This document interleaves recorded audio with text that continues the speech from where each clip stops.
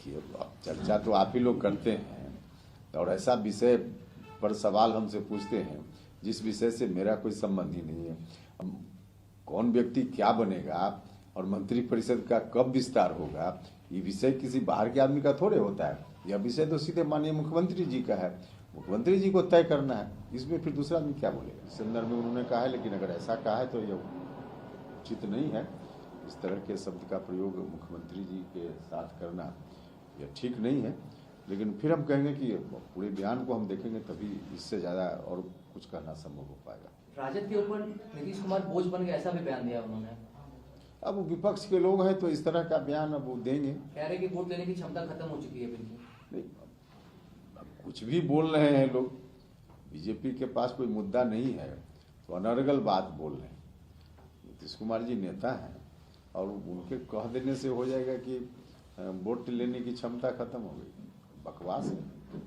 संजय जायसवाल ने अभी भी कहा है कि जितनी भी पेपर लीक मामला होता है बिहार में, उसमें नीतीश कुमार के संरक्षण दे रहे क्या, क्योंकि नालंदा से जुड़ा हुआ एक व्यक्ति का मामला हमेशा हटेगा। देखिए, जब इस तरह की घटना होती है तो कार्रवाई होती है, जांच होती है और संबंधित व्यक्ति पकड़ा गया है पहले भी।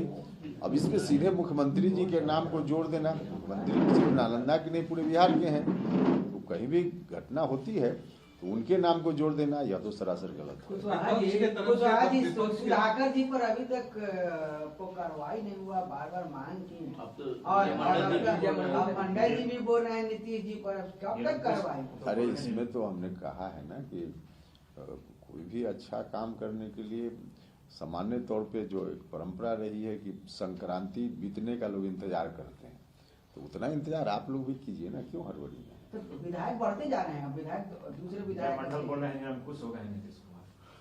हमने देखा है उनका बयान भी, लेकिन कुल मिला जुला करके विधायक बोल रहे हैं तो जिस पार्टी से आते हैं माननीय विधायक जी, उस पार्टी को देखना चाहिए। इस तरह का बयान कहीं से उचित नहीं है। उचित क्या, माने पार्टी किसी भी दल में इस तरह का बयान हो तो उस दल का विषय बनता है कि उस दल के नेता इसको देखें। तो हमारी तो अपेक्षा है पहले से भी कि राष्ट्रीय जनता दल के जो शीर्ष नेतृत्व के लोग हैं उनको देखना चाहिए। तेजस्वी यादव ने कहा कि महागठबंधन पर कोई भी कुछ बोलता है बर्दाश्त नहीं होगा, और लोग बोलते जा रहे हैं उनके पार्टी के वो कार्रवाई नहीं कर रहे। इसका अर्थ तो हमसे ज्यादा आप ही लोग लगा सकते हैं कि इसका क्या मतलब हुआ। आरजेडी में तेजस्वी जी कह रहे हैं कि बर्दाश्त करने लायक नहीं है, तो आखिर बर्दाश्त क्यों कर रहे हैं। कार्रवाई तो उन्हीं को करना है, तो बर्दाश्त क्यों कर रहे हैं। अब इस सवाल का जवाब भी तो वही दे पाएंगे। एक सवाल सर ये भी है ना कि पिछले 17 साल में अगर 22 और 6 महीना निकाल 26 महीना निकालते हैं तो नीतीश कुमार एनडीए के साथ रहे और सबसे लंबे समय तक उप मुख्यमंत्री सुशील मोदी उनके साथ रहे। बहुत अच्छा संबंध है। लेकिन भारतीय जनता पार्टी के छोटे नेताओं के बड़े नेताओं की इतनी तलखी जो पहले आज से 4 महीना 6 महीना पहले लालू परिवार को होती थी, वो अब सिंगल नीतीश कुमार होती है।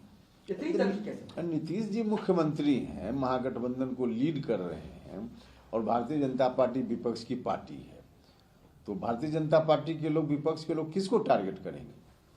हेड ऑफ द इंस्टीट्यूशन को कोई टारगेट करता है, head of the institution Nitish Kumar ji हैं, इसलिए लोग कर रहे हैं। लेकिन उनके टारगेट करने से क्या फर्क पड़ता है, जनता साथ है नीतीश जी। 2024 के आगाज में लेके ज्यादा टारगेट है ना, ऐसा लगता है।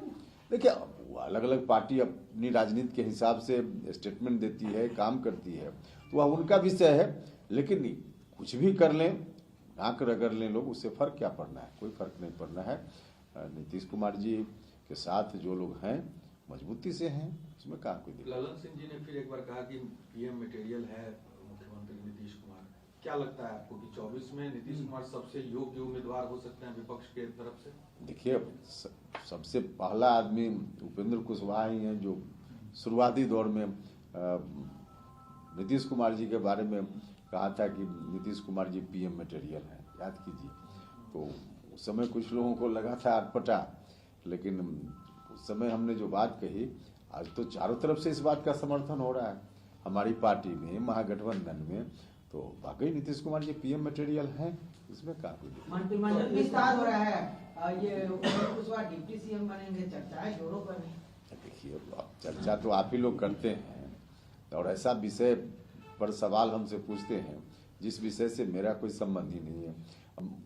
कौन व्यक्ति क्या बनेगा और मंत्रिपरिषद का कब विस्तार होगा, ये विषय किसी बाहर के आदमी का थोड़े होता है। यह विषय तो सीधे माननीय मुख्यमंत्री जी का है, मुख्यमंत्री जी को तय करना है, इसमें फिर दूसरा आदमी क्या बोलेगा। प्रधान यात्रा पर है और उनको जगह जगह जो है वो काला झंडा दिखाया जा रहा है, कैसे देखते हैं आप इसको? देखिए, अब इसी प्रदेश में पक्ष के भी लोग हैं, विपक्ष के भी लोग हैं। विपक्ष के लोग भी कहीं कहीं अपनी कोशिश करते रहते हैं, तो यह तो देखने का विषय है कि कहाँ हुआ, कौन सी घटना हुई। लेकिन सामान्य तौर पे पक्ष विपक्ष तो चलता है। लगता है कि बीजेपी करते हैं षड्यंत्र लोग। कर रही है उनकी यात्रा में, जिस तरह से काले झंडे दिखाना और ये तमाम चीजें। देखिए, सब जगह जहाँ भी एक दो जगह घटना हुई है, हम ये नहीं करें कि सब जगह बीजेपी ही है, लेकिन इस बात से पूरे तौर पे कैसे इनकार किया जा सकता है कि विपक्ष के लोग इस तरह की घटना के पीछे नहीं है। ऐसा कैसे कहा जा सकता है? विपक्ष के लोग तो इस तरह का काम करते रहे हैं, तो आशंका तो स्वाभाविक रूप से होगी। नहीं, देखिए, काम आप भी कीजिएगा, जो भी व्यक्ति कुछ करता है उसी के खिलाफ नाराजगी भी होती है और उसी के समर्थन में लोग भी होते हैं, तो दोनों स्थिति होती है। तो छिटपुट घटना इस तरह की हो रही है, उसको लेकर के बहुत गंभीर हुआ जाए इसकी जरूरत है। तो सारण में जिस तरह से शराब से मौत हुई थी, उसके बाद जो सरकार का रवैया रहा, उससे लोग नाराज हैं वहां पर, और उसी का इम्पैक्ट जो है वो दिखा है, जिसको आप कह रहे हैं कि बीजेपी या विपक्ष के लोग कर रहे हैं। नहीं, हमने यह नहीं कहा डायरेक्ट कि बीजेपी या विपक्ष के लोग, लेकिन हम यह कह रहे हैं कि ऐसी आशंका को निराधार भी कैसे कर सकते हैं। संभव है वहाँ क्या हुआ नहीं हुआ उसकी जानकारी हमको अलग से नहीं है, लेकिन हम फिर कहेंगे, हमने जैसा कि कहा कि जो कोई भी व्यक्ति काम करने वाला है स्वाभाविक रूप से उसी का समर्थन भी होता है, कहीं कहीं उसका विपक्ष के नेता कह रहे हैं कि नीतीश कुमार सारण गए, लेकिन उन जो जिनकी जहरीली शराब से मौत हुई थी उनके परिवार का आंसू तक नहीं पूछने के लिए। देखिए, मुख्यमंत्री जी कहीं भी जा रहे हैं किसी जिला में, तो हर गांव में हर घर तक थोड़े एक व्यक्ति पहुंच पाएगा। तो यात्रा में जहां उनका कार्यक्रम लगा होगा वहां गए होंगे।